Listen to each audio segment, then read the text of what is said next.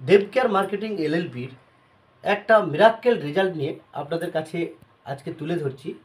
তো দাদা, আপনার নামটা যদি বলেন। আমার নাম শম্ভুনাথ মাল, আর গ্রাম? গ্রাম বরগদা গোদা। তো আপনার প্রবলেমটা কি ছিল? প্রবলেম বলতে স্যার, আমার অনেক দিন আগের থেকেই এটা হতো, মাথার যন্ত্রণা হতো, খুব পরিমাণ হতো। তো আগে হতো 8 দিন 10 দিন ছাড়া হতো, ওষুধ খেতাম, সাইডন খেতাম, কমে যেত। কিন্তু পরে এসে দেখলাম ওটাতে কাজ হচ্ছে না। আচ্ছা, আমাকে ওষুধটা চেঞ্জ করতে হয়েছে, যে ওষুধটার দাম 10 টাকা। নামটা বলবেন? নামটা বুটাপক্সিবন। ওর সাথে আরও একটা অ্যাড করতে হয়, যেটা হচ্ছে রেনটেক 300। ও, রেন্টেক 300 খেতে হতো? খেতে হতো ওর সাথে। আচ্ছা। খেলে তবে কমতো। হুম। তো এরকম মোটামুটি 8 10 দিন ছাড়া হতো, খেতাম, কমে যেত। কিন্তু আপনার সাথে দেখা হওয়ার জাস্ট 8 দিন আগের থেকে কন্টিনিউ হওয়া শুরু হয়েছে।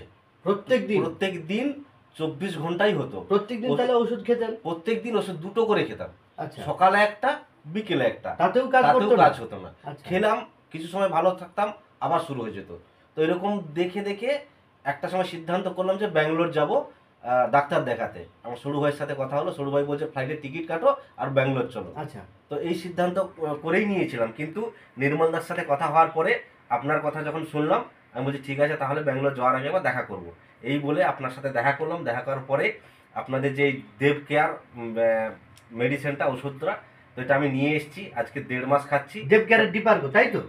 দেব কেয়ারের দিপারবো। হুম। তো এটা আমি আজকে 1.5 মাস খাচ্ছি। তো 1.5 মাস খেয়ে আমি মনে করছি যে আমার 80% প্রবলেম দূর হয়ে গেছে। আর ওষুধ খেতে হচ্ছে নাকি? না, ওষুধ খেতে হচ্ছে না। বাহ, এত সুন্দর একটা রেজাল্ট! তাহলে কি একবার হবে না?